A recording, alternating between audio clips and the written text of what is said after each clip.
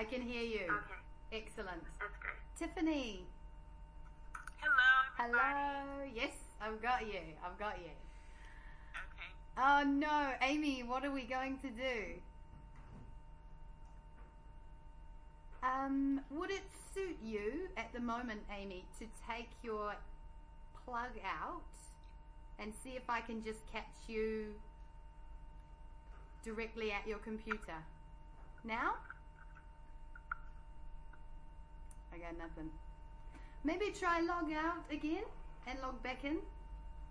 You did? Maybe it's in her settings. She's already logged out before and tested it. Oh well. I will write to the IT team very quickly and then we'll get started. Okay. So we're just missing a few. They may pop up. But please help Amy with her audio. I can hear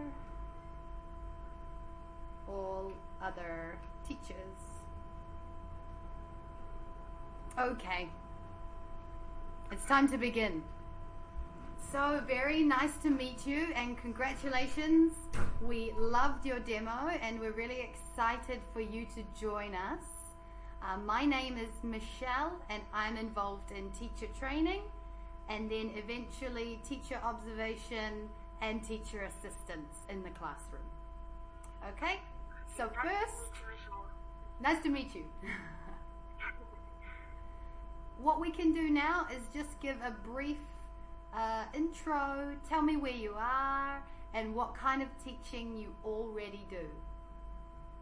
So how about you go first, Tiffany? Okay, I'm sorry, you say your name was Teacher? Michelle. Okay, Teacher Michelle. Okay. Yes, my name is Teacher Tiffany. I currently live in Orlando, Florida. I've been teaching for 11 years, grades, first grade to 8th grade, all subjects.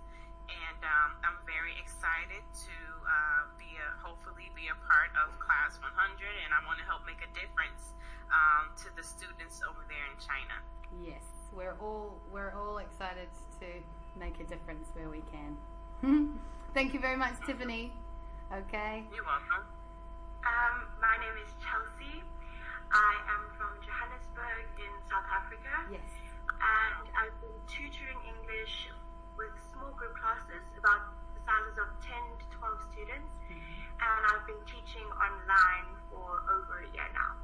And I'm also very excited to be teaching group classes, really big group classes, because I've never done that before. I usually just teach one student at a time and that's about it. Yes. So I'm very excited for this challenge. Yes. Yep, that's great. That's really cool. It's quite a change too. Yes. I can imagine. Yeah. I really So have we got you, Amy? Can you hear me? Yay, we can. Very cool. I think it had to do with my minicam. Okay, that's fine. So Amy, we're just saying what kind of teaching do we already do and where are we based and what kind of drew you into Class 100? So It's my turn. Okay. I started in December with VIP Kit yes. and caught some classes over the holidays, but after the new year kind of weaned down. At the same time in December I started working at Magic Ears. So I've been doing it not that long, but I've taught a lot of classes because it's all that I've been doing. Magic Ears I teach, which I have 4 kids and very interactive software, pulling them up and down. I'm taking a full-time job, so that I like being able to work in the evenings because I have a little bit of feedback. But anyway, my new job starts at 6 a.m., so I won't be able to do the early morning weekdays anymore. Yeah, we've got very interesting hours here because we cover the Beijing 9 till 4, 8 till 4 time, which a lot of other companies are not covering at the moment. So it does fit in quite nicely with other teaching. Yes. Yeah. And, I'm in New York. Okay, lovely. Alrighty. So, I want you to just think back to the teaching you currently do, and I want us to set up the difference, like you said earlier, Chelsea, about what it means to teach a group class. So in your one-on-ones, what do you think is one of the differences? What can you imagine will be a difference or a challenge? Well, now you have to engage 40 people instead of just one person. So you need to be a lot more energetic, and you need to use a lot of more gestures so that 40 people can be interested in you instead of just one person. Definitely. So energy and enthusiasm. Yes. Yeah. Yeah, so that's what I think. For sure. So we have a sea of faces, a group of kids. Do you think you'll be able to use anyone's name? I don't think so. I think it's 40 students. So no. Yeah, very unlikely. Do you think they'll have English names? No. I've lived in China for 3 years and I still cannot pronounce Chinese names. Oh, you live in China? Yes, well, yeah, so the office job is related to the training and the feedback, so I communicate a lot with the company as well. So keeping in touch with the team who makes the content and the team who communicates with the schools. Okay, that's awesome. And that's another thing that's sort of involved here is there's a few more steps between us and our customers. Our customers are schools and school teachers. So they're interested in the learning and the progression of the students in relation to the target language from their textbooks. It's not often that a local school just wants the kids' general speaking level to improve. Whereas with your one-on-ones, their parents, first of all, they have enough money to sign up for English classes. Second of all, they have an investment in their English. They really care. They're interested in having their child experience English with you as their teacher. And third of all, it's likely that they're in their home or that they're outside of the school hours. So we meet our children when they're at school. They might have had a very thick schedule before our lesson with them. We may have never seen them before. They may have no interaction with anything to do with English during their whole week. So we're really working in very extreme circumstances. Not something to be afraid of, just something to be aware of. Because, as you said, Chelsea, energy must be strong. If we don't love what we're teaching, they won't either. We cannot call them by name or even ask them too much about their own life. With your one-on-one, you might know eventually that they like basketball, or they like painting, or they have a brother. And you're just never going to know that about a group class. So just to keep our learner in your mind as we go through this training. And you will see why we ask for very specific kind of teaching. Maybe similar to what you do, maybe different to what you do already. But in here are the 3 most important areas for our learners. Okay, so is everybody ready?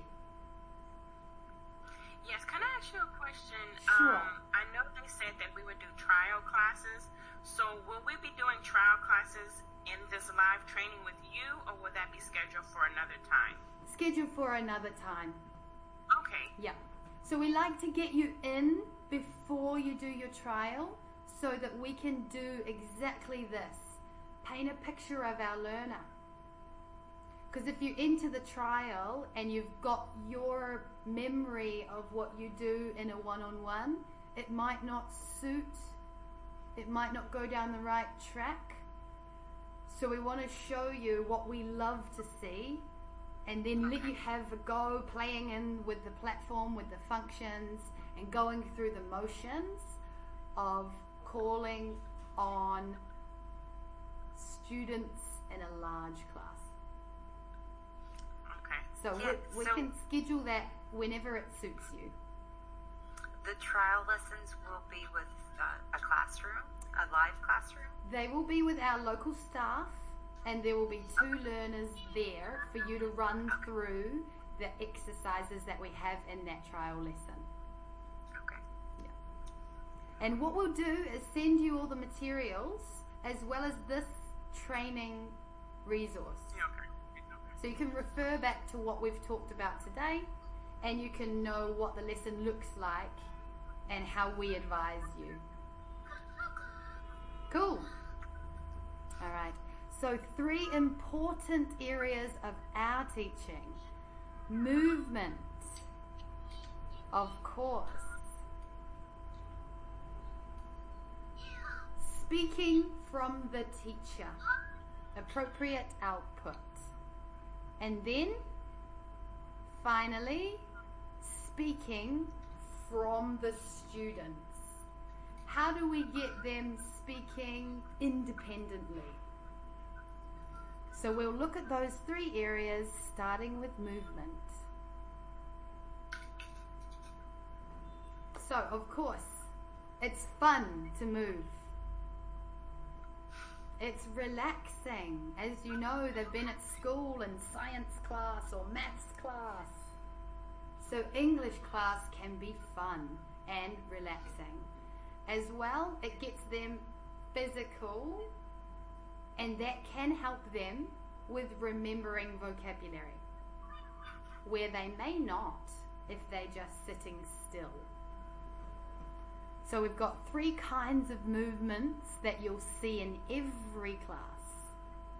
Well, the first one is just for the grade 1 to 6. Dancing. And there's usually a video that we dance with. Yesterday I taught 5 different dance videos. It's okay, I know them. But you won't be doing that. Class 100 gestures are what we provide to schools so that the school can be sure they know what we want the students to do. So I'll show you that. As well, we'll talk about the importance of TPR in all classes. Okay, let's start with the dance movement warm-ups. Have a look at the table below, and it shows you the schedule. You won't have too many warm-ups, and you won't change warm-ups too often. 2 or 3 weeks, the same warm-up.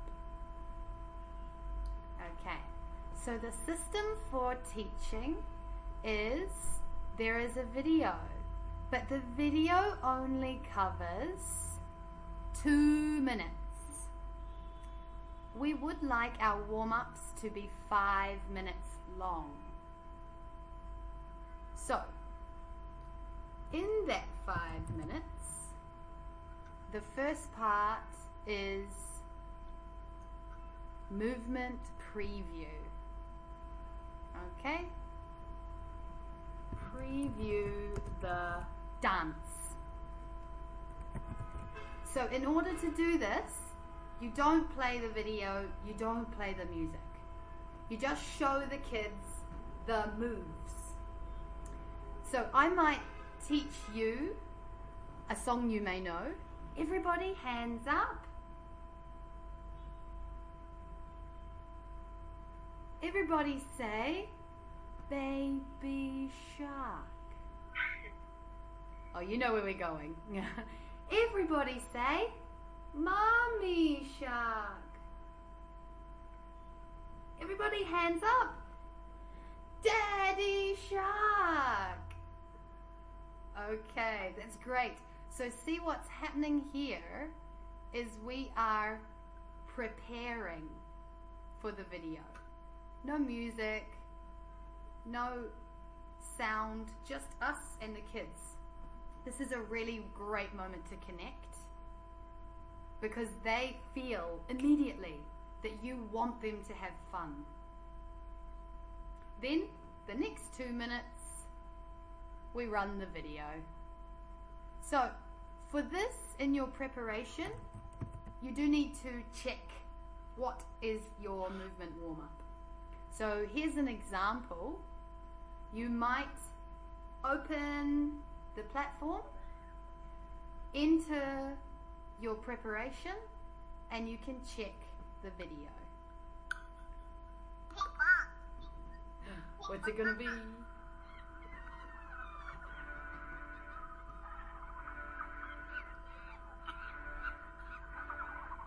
Sounds familiar.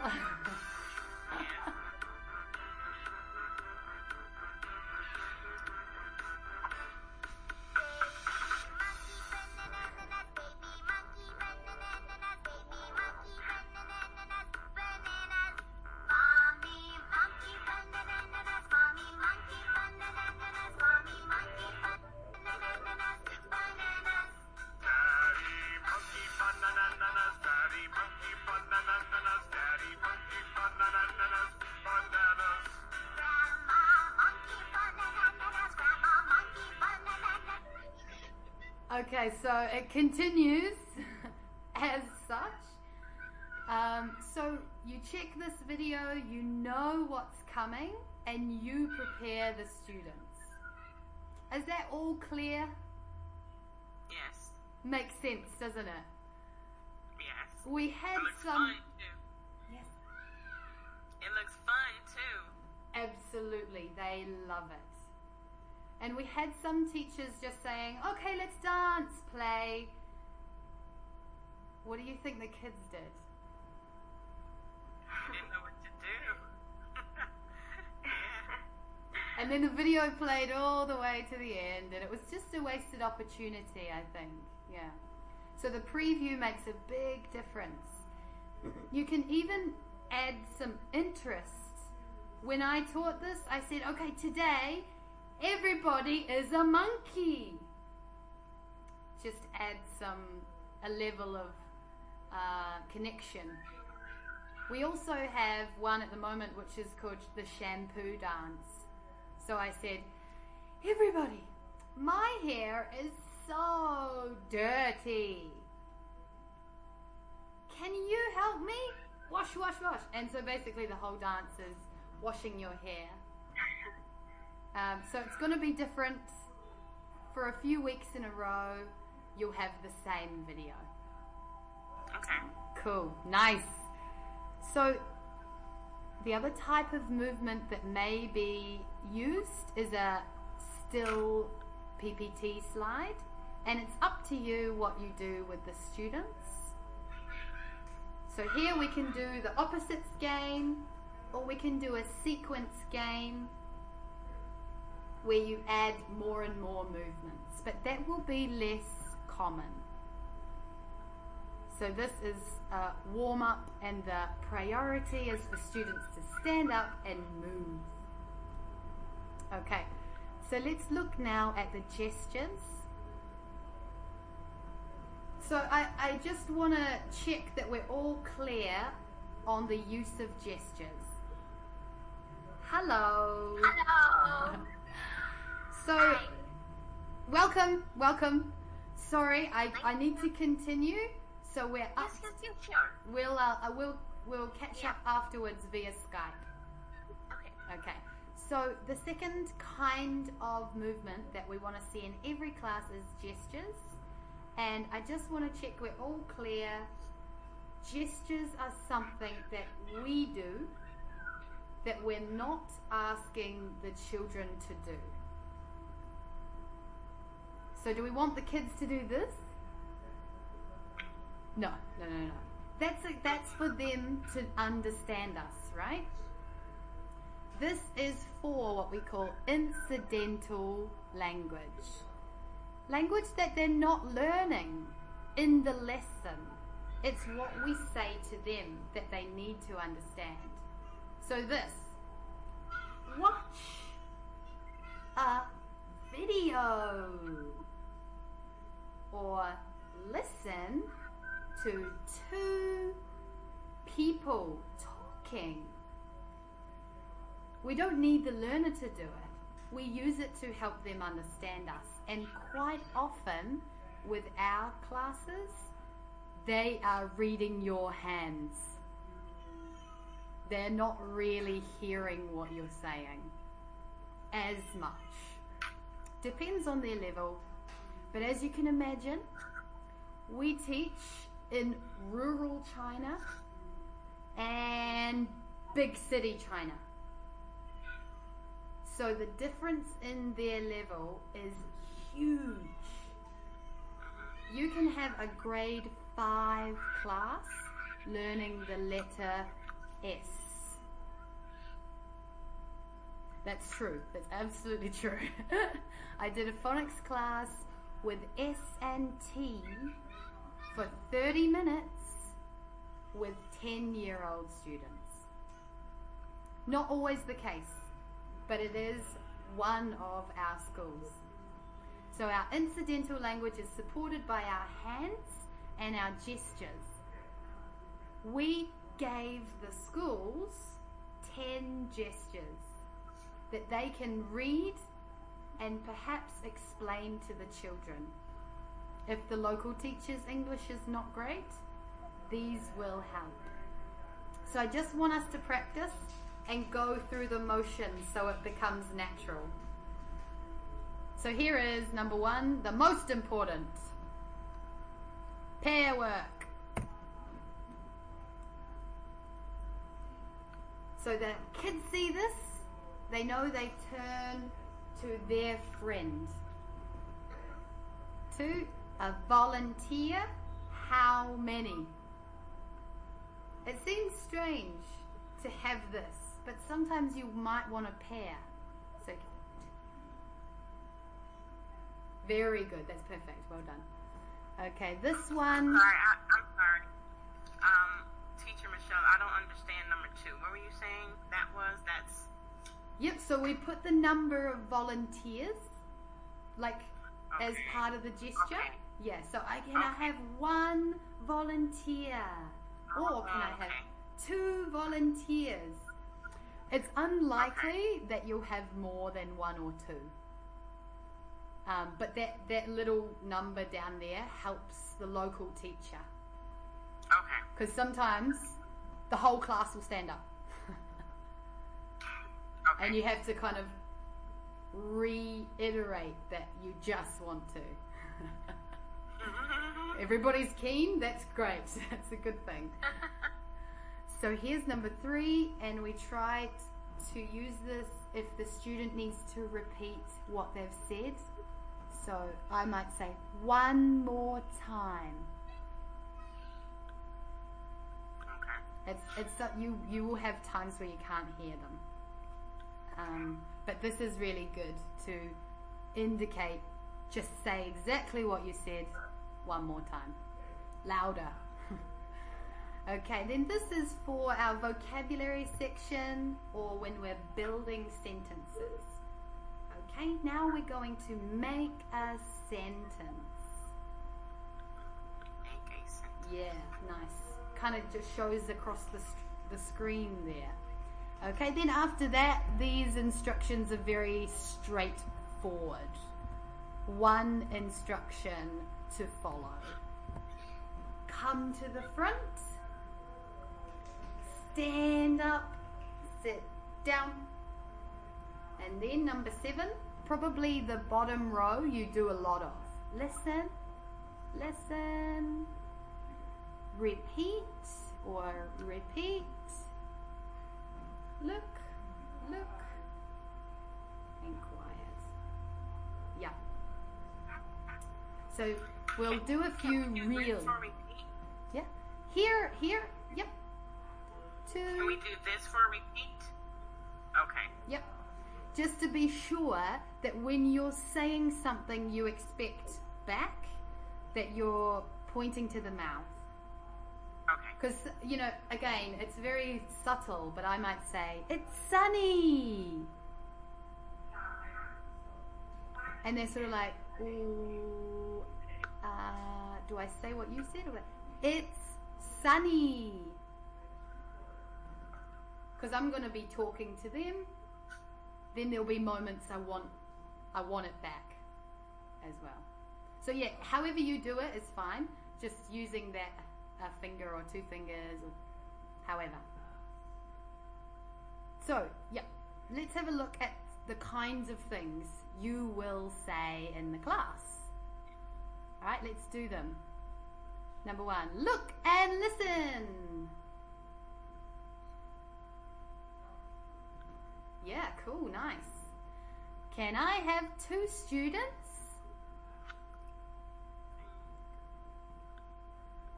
Nice. Very good. Can you make a sentence? Cool.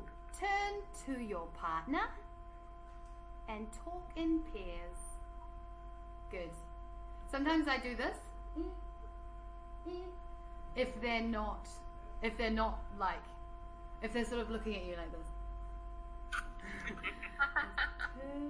this. Just a little tip, but this tells them they are having a conversation. Okay, last one. It's sunny.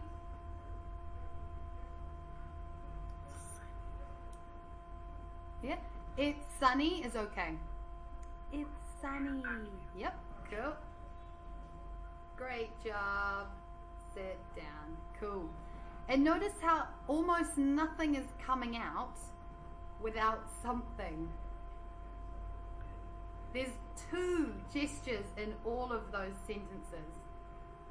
So these hands are going to be very busy. Hope that's okay. Cool. Alrighty. So the last kind of movement that we use all the time is TPR. And to clarify, gestures we don't want the students to do.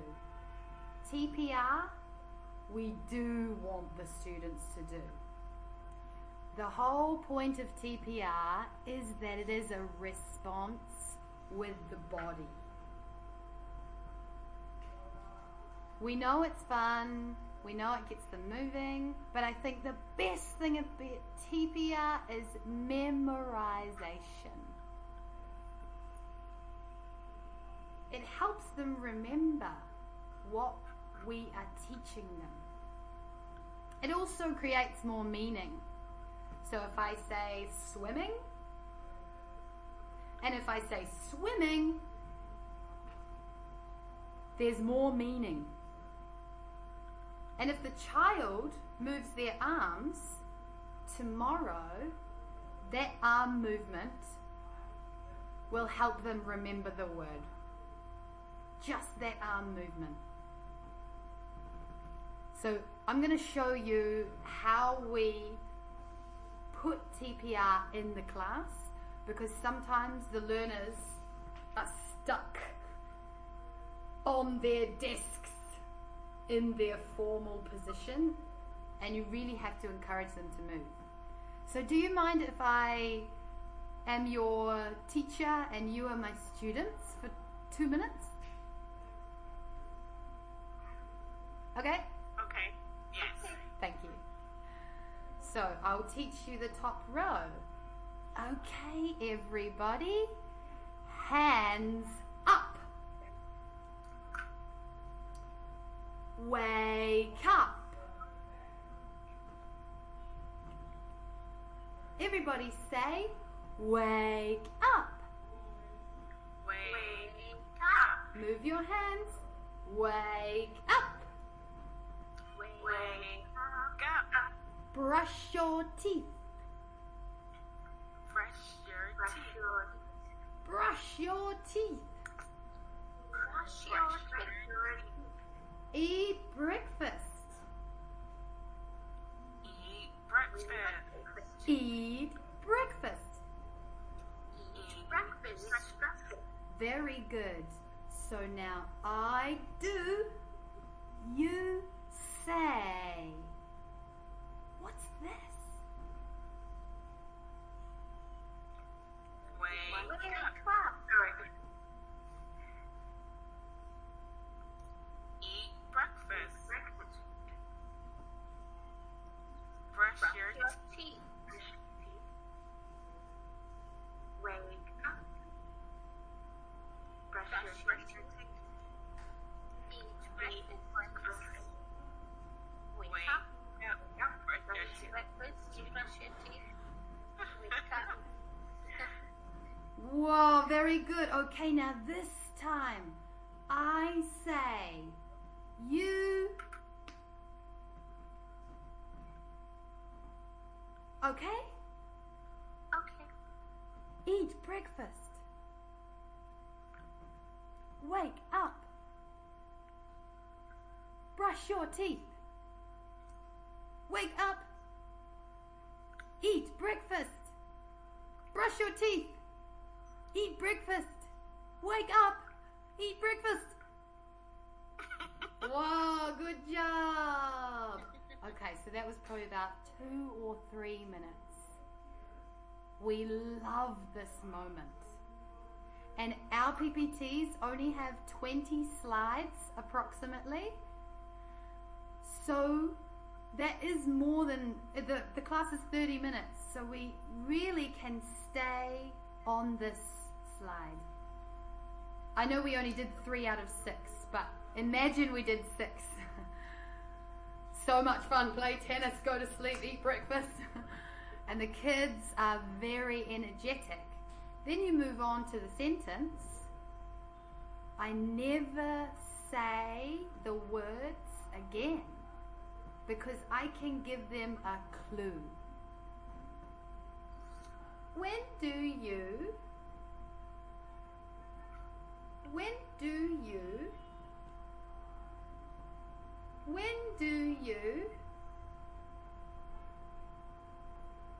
So after that we do a sentence,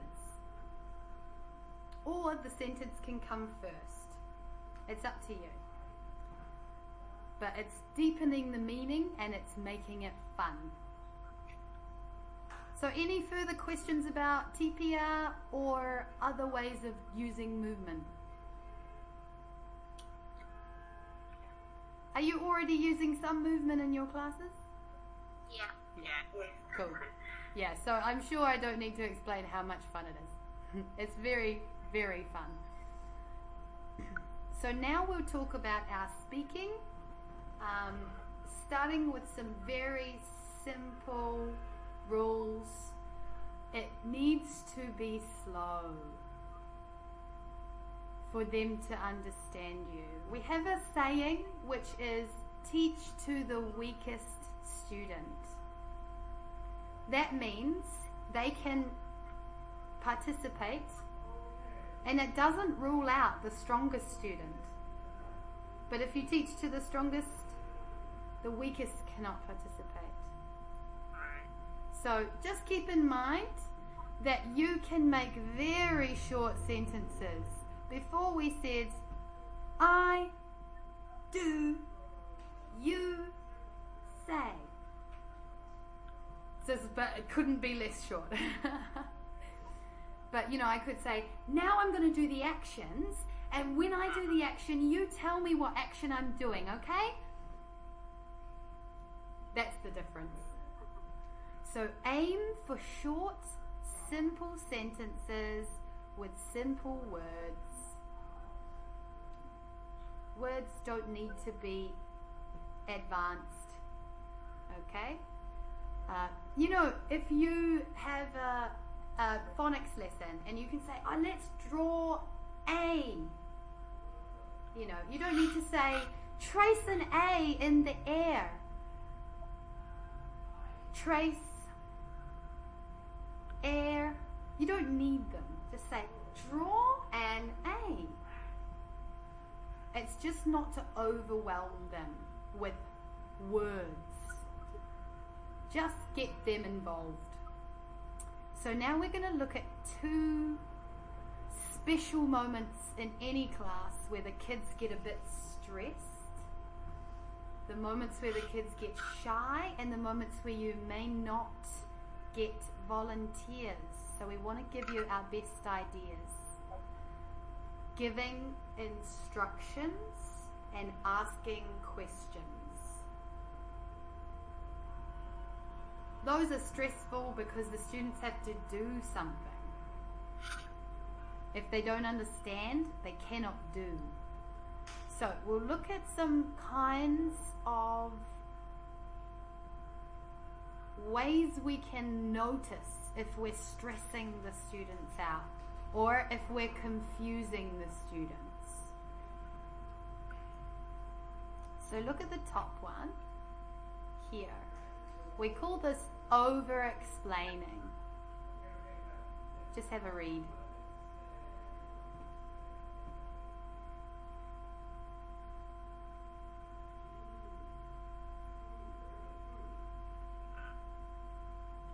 So in the second one, there's two questions. The green. What's this?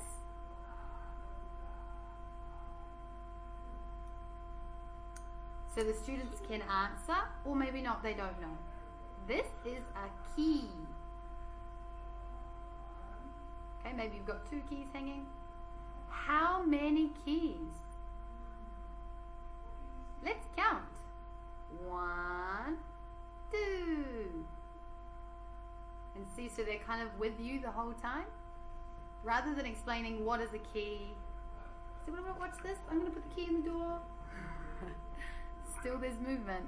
But this is over-explaining. So it's coming back to that. Simple, short, give them a way to understand you. Okay, number 2.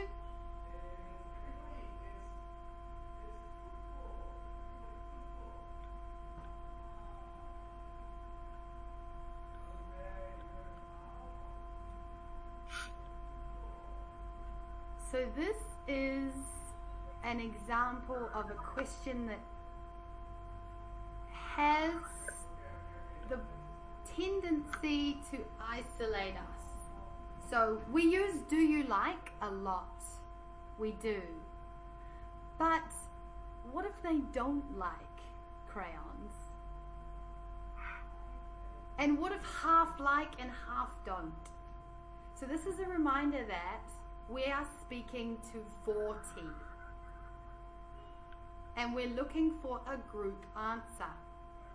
How do we get a group answer? We must ask questions that have a correct answer. So if I say, do you like phones? Is there a correct answer?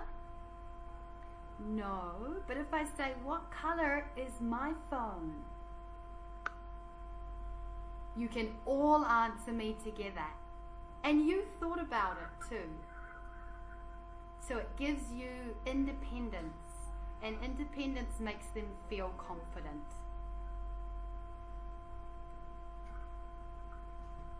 So I'm not ruling out the question, do you like? I use the question, do you like? But I know it's not giving me any evidence. I'm not checking their understanding. So just to encourage you to think about how you ask questions.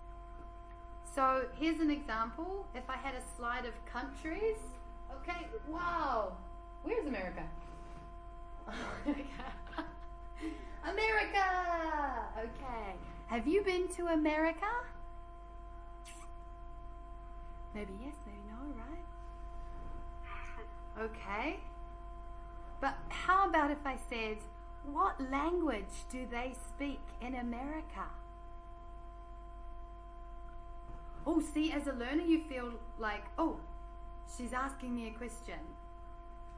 I need to think of the answer. So when I prepare my classes, I always write a question and an answer. If I don't know the answer, I wonder if I should ask the question. But things like colors or counting how many, or two possible options. Is ice cream hot or cold?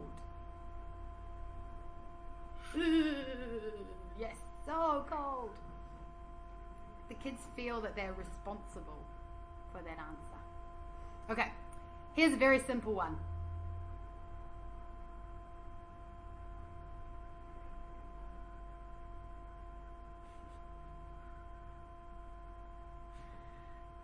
It's tempting. But you know, if you have this moment 5 or 6 times, it does add up. It adds up to a good 5 minutes of just praise. And I really think they feel our body language more. So I want to give you 3 other ways to praise. One, for me, I do with the younger ones, is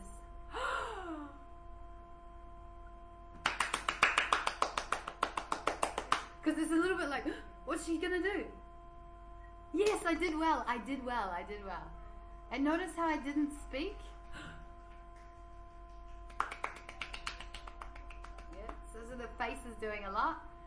Another thing I do in classes is I get the whole class to say, good job. And then they, sometimes, if we're lucky, we can get them to turn to the person who volunteered. Okay, so look at your friend. Good job. And it's so funny sometimes. There's this ocean of kids like launching towards one kid. So it's a very quick moment. And it doesn't involve a lot of, I'm really proud of you. You did so well. Fantastic. Yeah, and then I think you probably know my number 3. Everybody, high five. We know this one.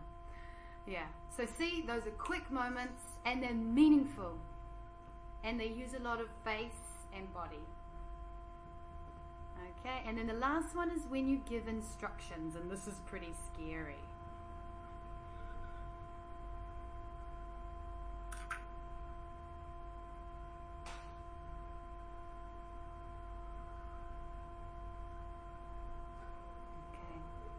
So if we come back to what we said about questions, does this have a correct answer? No. Can 40 people answer it the same? No. Not really. You're playing with fire. That's the thing. If your friend says yes, you're going to say yes, right? Yeah. Or worse, you think you understand. Yeah, I'm good. You want me to leave, right? Yeah, okay, bye. Yeah. I understand you. I know what you're saying. So it's just, again, just take a second step and go, how can I know we're good to go? So like a teacher the other day was teaching a lesson about senses. 1, 2, 3, 4, 5. And the instruction was write down 5 things you can smell. But a learner didn't catch it and she wrote listen to music. You can't smell music. So maybe an example there might be, can I smell a pencil? No, so don't write pencil. Can I smell a flower? Yes. Okay, write down 5 things we can smell. Flower. Are you ready? And then the activity has been checked. So, instructions and questions are scary moments. So please take extra time in your planning. Make sure that when you say, what's this? Or what do you see? That you give them something. Circle something.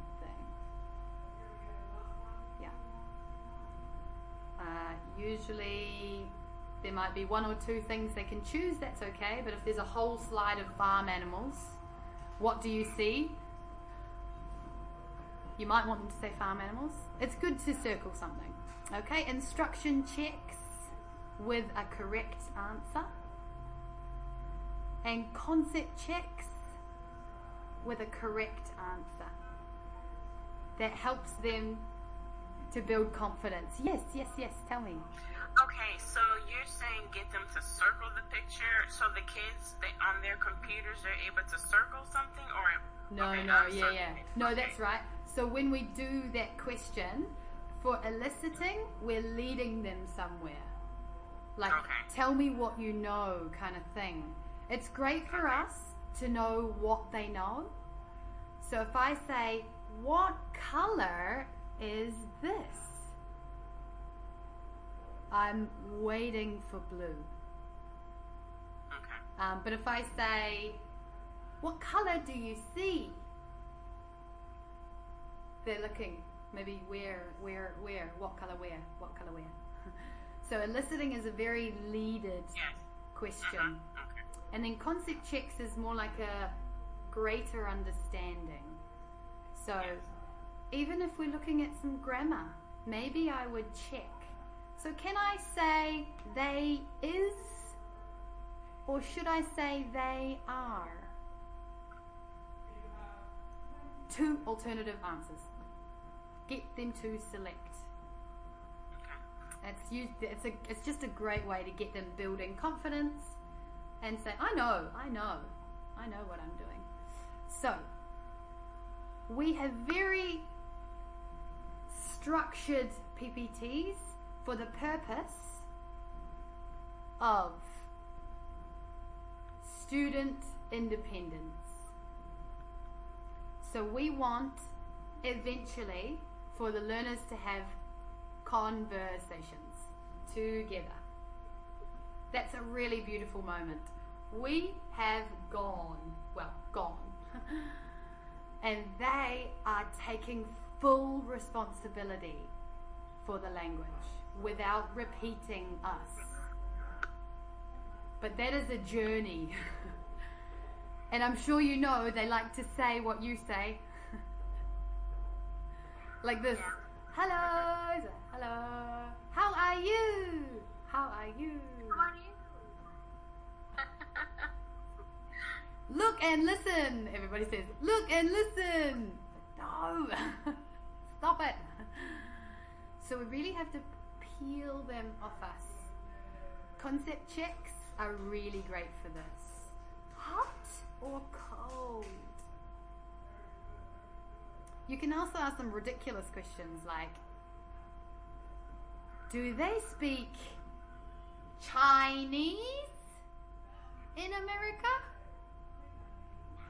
Well, I mean, they do, right? But it's not the national language. But yeah, so these are great for student independence. Our goal is to get students speaking confidently. And for the English to be meaningful. So that means they can't always just say what we say after us. So in order to get this happening, we have 3 ways to build independence. I want to show you the order of a lesson. Can you remember the first 5 minutes is a Dance. yes, very good. So a dance warm-up is the first 5 minutes. Then what's this? Wake up. TBR. Yes, good. So we use the vocabulary and we learn what the topic will be, and then we put them into sentences. Question and answer. Well, yeah, it might be question first or answer first. Then we do pair work. So the whole lesson is driving towards the pair work. The last thing we do is a receptive skills task, which is any kind of watching a video, listening exercise, or reading. So usually looking for some information and answering some questions. That's it. In that order. So I want to focus on two special moments. During the vocabulary, we do our TPR, which we've already done. And that is called a soft drill. During the sentences, we do concept checks. Do I say is or are? Okay. And then the pair work. How do we do pair work? Okay, so we'll quickly look at that and we'll be done. Alright, so let's look at our soft drill. We have already done one soft drill. Okay, a hard drill is where I say, you say. So I say, wake up. Wake up. We're still hard drilling. Then I need to just give you a hint. What's this?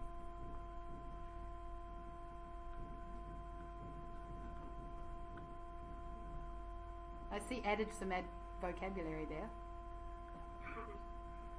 What's this? Basketball. Yeah, exactly. Well, see, you know basketball. I know you know now.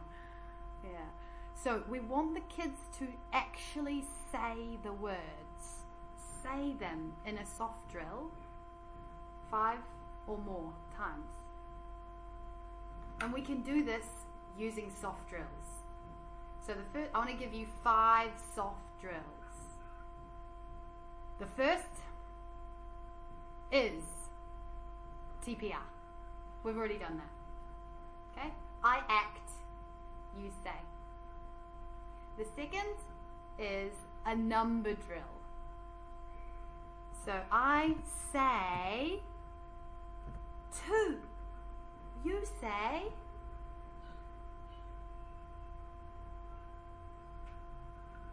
8. exactly. I say 1.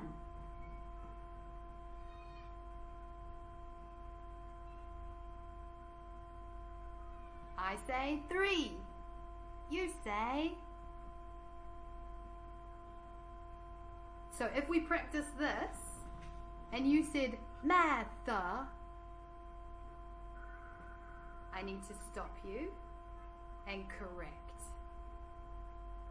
But I must do a soft drill to know that you're pronouncing it wrong.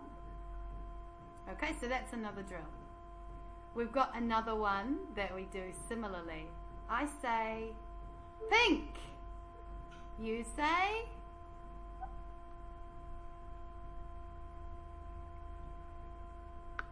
what's pink?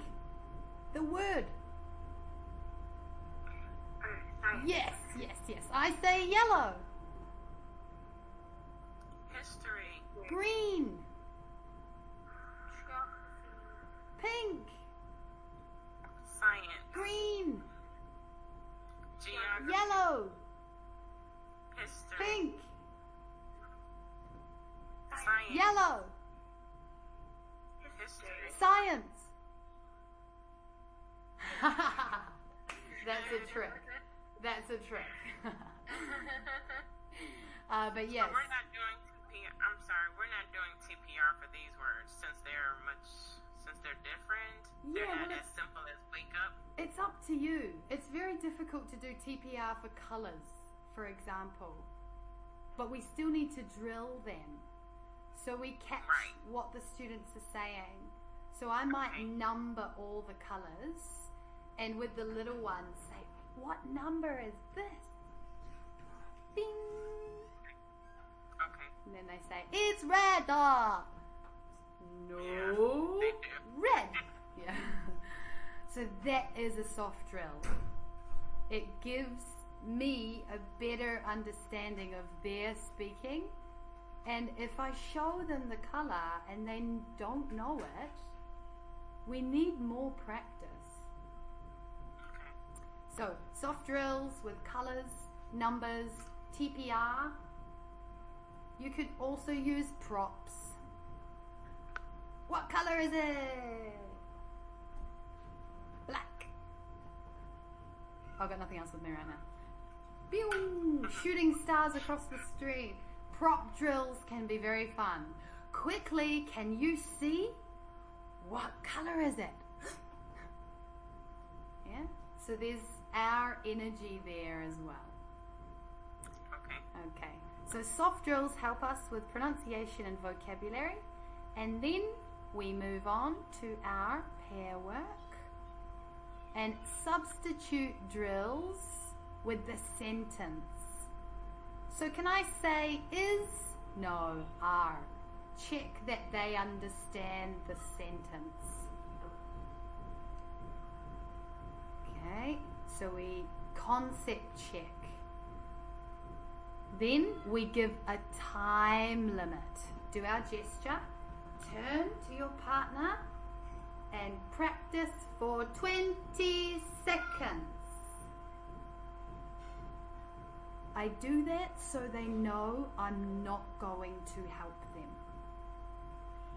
It's something they need a reminder for, because I've been leading them all the way. Now they have to do it by themselves. So 20 seconds, everybody turn to your partner. No volunteers. The volunteers come after the pair work. Okay, 2 students to share. So what do you think is more stressful?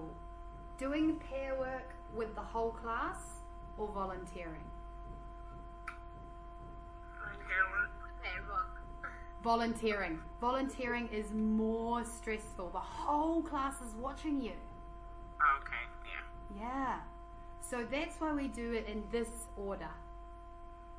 Okay, we've got a question, we've got an answer, we've got a private conversation. No one's watching me. And then it's like a preparation. So if that kid's like, yeah, I did great pair work. Let me try. I'm ready. I am ready. But if we've only just got new sentences and then we go for volunteers, it's like, oh, you just taught me that. So it's just an order thing. And we can have this exact same thing. Practice with your partner, 20 seconds, 2 volunteers. Practice with your partner, 20 seconds, 2 volunteers. Again and again and again. So I'll show you what I mean. If this is the first slide of pair work, my pair work is all there on the screen. So I might say to my friend, I wanted to buy tomatoes. What color are tomatoes? I'm just watching, really, aren't I? Anyway, it doesn't matter. It doesn't matter. They can do pair work with full support. The next slide, something is gone. What's gone?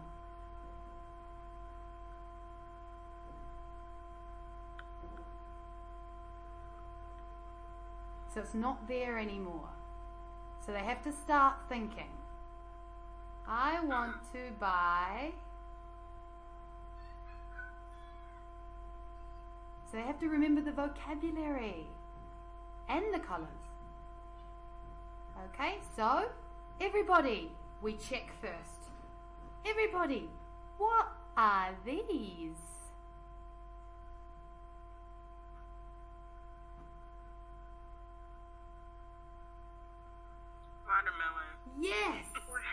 Okay, so turn to your partner and practice for 20 seconds. I want to buy watermelon. What color are they? Okay, the partner has to say they are green. Okay, cool. 2 volunteers. Getting more independent. Finally, we change slide again. What's gone?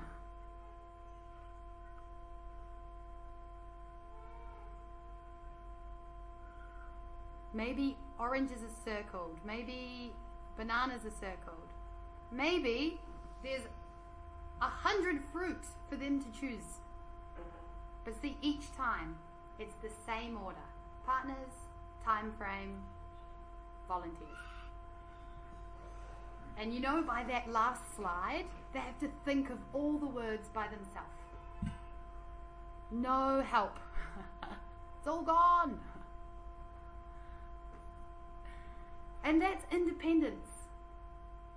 That's 2 children thinking and speaking. And that's what we want. So the last thing we might do in our class is have a receptive task.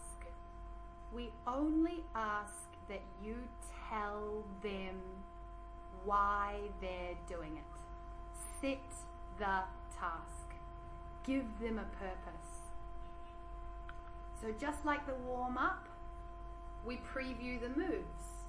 You will see this move. You will see this move. So for a video, tell them what to do. You will see some pencils. How many pencils are there? Are you ready? Or you will see many jobs. Tell me 3 jobs that you see. So we tell them, then they do that task, or then they listen to that exercise. Okay? That's us. Cool. Thank you, everyone. I love this space. Okay. You're gone. Yeah, you're gone again. It's all right. Don't worry about it. So what I'm going to do is I'm going to add you on Skype after this training. If you would like to see any example classes, let me know. Yes. Yeah, we would love it. There is actually a training in this video with some language about transport. And that's only 10 minutes. It's not a full class. So that might be interesting for you to have a look at. Super short, not too overwhelming. Okay? So what I'll do is I'll add you. I will send you this training resource and a 10-minute video link. Okay. Can I help you with anything right now? Anything on your mind about the next steps?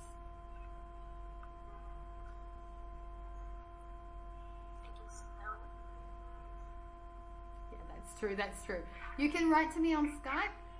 As you move towards the classroom, I might be more involved in what you're doing. If you're ever having some thoughts about planning your lesson or the lesson content or anything to do with the teaching, you can ask me anytime on Skype. That's where I spend most of my day. So, okay. Really nice to meet you, and we will see you soon. Bye-bye. Thank you.